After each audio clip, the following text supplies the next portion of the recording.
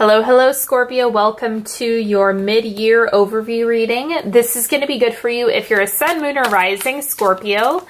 And if you guys remember, last December I did an annual reading for each of the signs. And so this is going to tune that up a little bit and see if anything has changed, because it happens. Things change.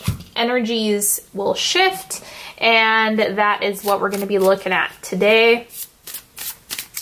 All of that good stuff. So just set your intention for this reading. If there is something that you would like to get out of it, if there's something that you're looking for in terms of an answer or insight that you need, just focus on what you would like to get out of this today.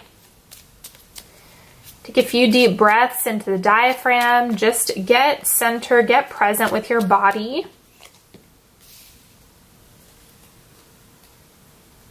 Okay. First thing coming up for Scorpio is joy is the most magnetic force in the universe. Absolutely. So if you're living just from a standpoint of, you know, experiencing pleasure and fun and play and happiness, that will be a magnet for so many other good things. So whatever way you can tap into that is going to be influential in the way that the rest of your year goes. The animal for you is cheetah. So pursue what you want. Don't be afraid of the outcome. It's just about the pursuit. You know, there's a lot of times when we might be afraid or nervous to go after the things that we want out of fear of not getting it. But if you don't try, then there's absolutely no way you're going to get it without an attempt. So allow yourself to go after it for the rest of the year and just see what happens if you really give it effort. And then we have trust. Ask your guides to act faithfully on their messages. Call forth the best in others through your attitude, energy, and expectations. Know that you are supported. That's a big part of the pursuit as well, is that you don't actually know what the outcome will be, but you still have to trust that your efforts are going to pay off and that they're going to be rewarded. It can be tough, especially when you don't feel that that's true for yourself, but you just have to find a way to get yourself there as best as you can. Okay, the central energy for Scorpio is death, rebirth, transformation, personal evolution. This is going to be a time when you really shed your old skin. I think that you're going to be going into a completely different direction in the way that you are managing your life, your emotions, your relationships. It's time to change. Your friends and family and community, we have the Ace of Swords. I think you have a new idea on how to approach this part of your life. It's something that you're going to want to act on that inspiration with. And the clarifier for that is the 10 of Pentacles. So it is something that if you act on the inspiration that you have now, there's going to be big payoff. So I'm getting particularly with friendships for Scorpio. If there's something new that you want to try, if you want to take action, if there's a new activity that you want to get involved in or a new hobby you want to pick up, it's going to be a great way to meet all of those people and get into the area that you want to be involved in. In terms of resources, financially, we have the Lovers. This also has to do with the any material needs that you need outside of finances. I think that you've really been able to strike a solid balance in this area. There's and then the other thing is that partnership is coming up. So if you find that you're really able to get the things that you need through pursuing partnerships and connections, people forget that a lot of the manifestations do come through community and who you know. And the Lovers is about that connection. Libra had something similar to this. They had the Two of Cups, and it has a similar message where it's about the connection, the one-on-one, the conversations, the building the relationships. That really creates an avenue for these things to roll in and for you to get the resources that you need. Now, these top 3 cards are advice for you. So first piece of advice, we have Judgment. Stick to your decisions. I think that you already have a really solid idea of what you want. So it's okay. You don't need to judge yourself based on your desires or what you want. You can just desire something. There's no right or wrong answer. What you desire is not necessarily what your parents desire. It's not what your friends might desire. It could be completely off the wall, but it's about just honoring the way you feel about it without reading too much into it. I think that that's going to be a lot more helpful. That's how you get to joy, right? Is by just sitting with your own expectations. 4 of Wands. Home is coming up really big. So if there is something going on at home, if you are looking to build a life with somebody or connect or create a space for yourself that feels really comfortable, you want to make sure that home is a place that you can decompress, that you can take care of yourself, love yourself, just enjoy the space that you're in. So make sure you're giving that more attention, because there's going to be a lot that comes up through self-care where you can go home, decompress, and relax. And that is going to give you a lot more energy. Now, the third piece of advice is the 7 of Swords. Do you see how he's leaving those 2 swords behind? You want to do the same thing. If there's something that is just dead weight, then it's okay to let it go. It's okay to just leave it behind. And so if you are able to see clearly that there's something that's holding you back, just remember it's okay to shift away from it or put it down and see what happens. I have a strong hit that this has to do with, it looks like something about work. I'm going to pull a clarifier just to make sure I'm reading it right and see if there's anything else coming up for this. Like, what is it that you need to leave behind? We have the Moon. Oh, it goes back to this. It's kind of like that, hesitation. It's like that lack of confidence or having that wavering, I don't know if I'm making the right decision. We never know if it's the right decision. It's just about trusting yourself. That's really what you're going to have to do for the rest of the year. Trust yourself, trust your intuitive hits, trust the messages that are coming through. Trust, trust, trust, trust, trust. That is the biggest thing that you can do for yourself. So with the Moon is just about like that confusion, the I don't know, especially career. If you have career stuff going on and you're feeling uncertain about it, you kind of want to put away the uncertainty and just dive in, because taking risks and trusting is going to yield more rewards than staying scared. You know, and then we have the Cheetah. Remember, it's all about pursuit. Okay, so I split up the outcome cards for you.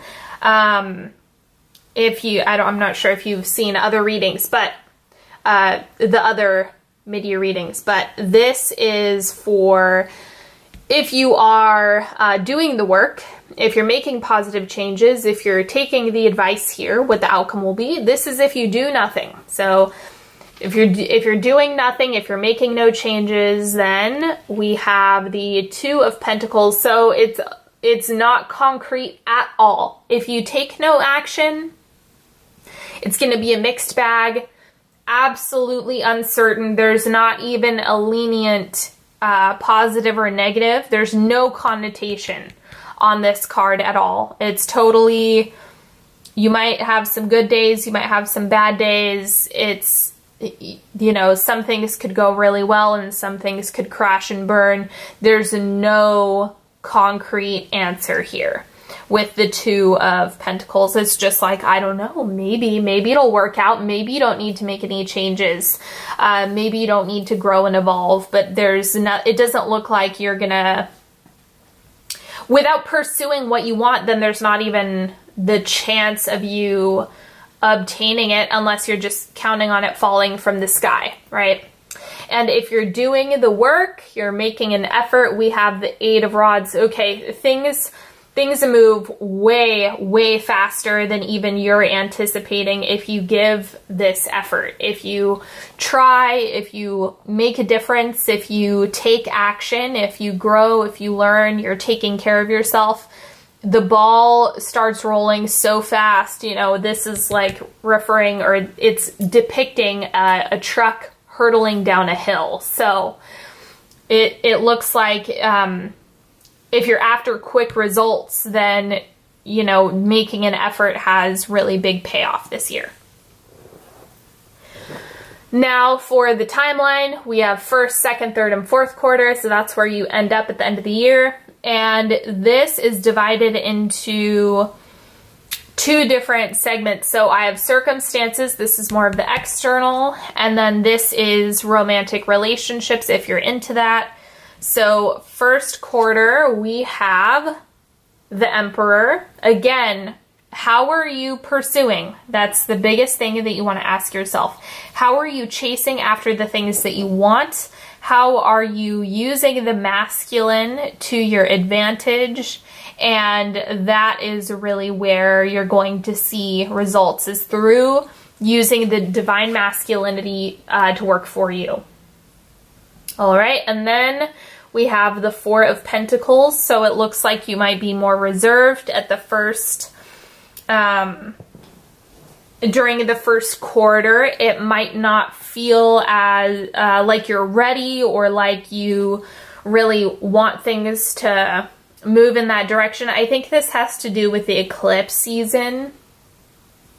It just might make you feel extra emotional, and so it might not be a great time to enter something new, or you might feel like you're holding back a little bit from your partner just because it's really, you know, it's a really sensitive time. So I think that's why the Four of Pentacles is coming up there.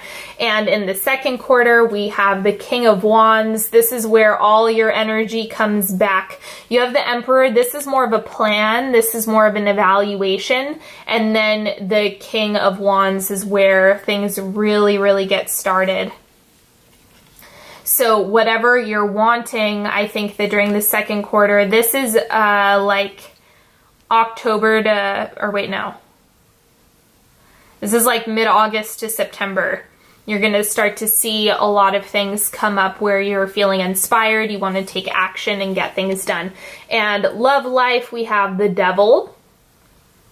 This is actually a good card to see come up for romantic relationships, because it's about that raw, primal attraction. I think that you're going to feel more of that during the second quarter. You're going to feel really called to, how do I put this? I'm trying to figure out what syntax I want to use for this. I think you're just going to feel more desire at this time. I can't figure out how else to say it. Like the need, the want, the feelings of being connected, and, you know, just pursuing that area of your life is probably going to be more, it's going to come up more during this quarter. But if you're already in partnership, then this just seems like there's more of that butterfly initial attraction that's showing up. And then third quarter, we have the Moon. This is when you really want to exercise your ability to put aside all of the not insecurities, but the indecision. It might be pushing you to really exercise your trust more so during the third quarter than any other. And so it's okay. It's just about the practice. It's practicing trust. It's practicing all of that stuff that's going on. And in your love life, we have the Two of Swords. It's okay to not know. People want concrete answers, but it's okay to not have all the answers. It's okay to not see what's coming next. And so in your love life, I think that, again, trusting is the biggest thing that you need to practice. This is just for the sake of practice. All of this, the Two of Swords, the Moon. If you're doing the work, you have to trust that there's going to be a payoff. You're not going to just work hard and not get anywhere. I know I'm going to get heat for that comment in the comment section. But it's like, just because you haven't seen payoff yet doesn't mean there isn't any. So you have to keep up the faith. And fourth quarter, we have the Nine of Swords. I think that this is just your own fears and baggage coming to the surface. It might just be a sensitive time, especially, you know, this is holiday time. And with that, it might make you feel, there's fear that comes along with that. So it's okay if you're feeling a little bit more scarce at that time. Just remember that it's, this is going to shift. It's not your permanent state. It's just something that's going on in your environment. And then in relationships, we have the Five of Chalices. I think that this is just a reflection of dealing with all of that fear. I think it makes you crawl back into your shell again. I'll pull a clarifier for both of these. They look intertwined. I think that your circumstances, it being a sensitive time, is kind of making you a little bit more apprehensive. It's making you feel a little bit, maybe a little bit more tentative to be vulnerable. Let me see what else is coming through. And then we have Four of Swords. So it's okay to take a step back. It's okay to take a break. You don't have to give a clear, concise answer to this. You don't have to know exactly what's going on. It is just about taking your time. So I would say slow down. That's the big message that's coming up, to deal with the fear energy and the reservations that you have. You just want to take a step back and let yourself calm down.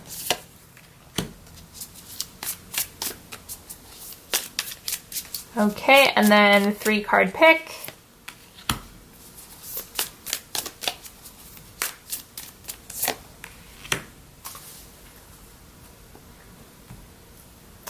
You're welcome to pick a card, pick as many or as few as you'd like. Ask a question if you want. Card number 1. 8 of Pentacles. It's going to take effort. So the things that you want aren't just going to appear out of thin air. It is going to take work. It's going to take diligence and consistency. Excuse me. It is going to be something where the work is going to pay off. It's just that if you're blind to it, it might be frustrating to keep hanging on and doing all the work, but you got to trust. Like, there's no other way to put it. You have to remember that there is a benefit to doing the work. And card number 2, we have the Page of Pentacles. What do you want to initiate? What do you want to get started? I would say that this is going to be the right time for you to manifest and figure out what exactly you want, and set your intention, because this is going to feel a lot more aligned with you so long as you are being really intentional with what you want to show up particularly in 2019. What are you looking for in the year ahead? So this is something that you can do at any point from July to December, whenever feels good for you. Some people really like setting their intentions during the, during the fall, like when people are going back to school. That's what I like as well. That's when I like to go back to the drawing board. So it might be a good time for you to do that and just see if your desires have changed at all. And card number 3, we have the 10 of Wands. Watch yourself with overexerting your energy and giving your energy to people, places, and things that really aren't deserving of it. You don't have to overwork in the wrong areas. You want to make sure you're giving your energy to the relationships and opportunities that make sense for you and that are in alignment with what you want. Okay, so that is all that I have for you this time. I hope that you've enjoyed this reading as much as I've enjoyed reading for you.